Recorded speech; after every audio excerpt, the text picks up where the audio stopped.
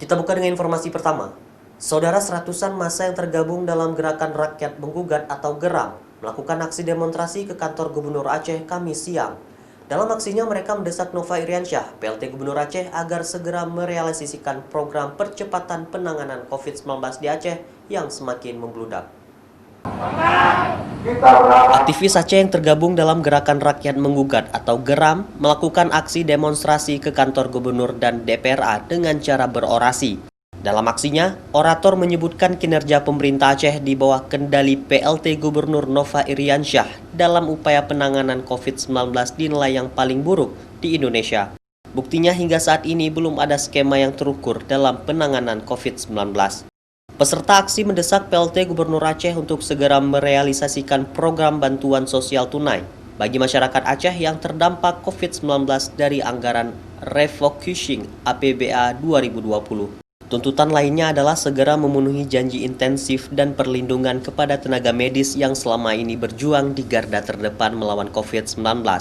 Bahkan miris, sebagian tenaga medis Aceh malah diduga dipotong tunjangan di tengah pandemi COVID karena alasan rumah sakit merugi. Jadi tuntutan ini kita serahkan kepada PLT Gubernur Aceh dan kepada DPR Aceh. Masing-masing ada tuntutannya yang kita harapkan tuntutan ini segera menjawab persoalan yang saat ini dihadapi oleh masyarakat Aceh.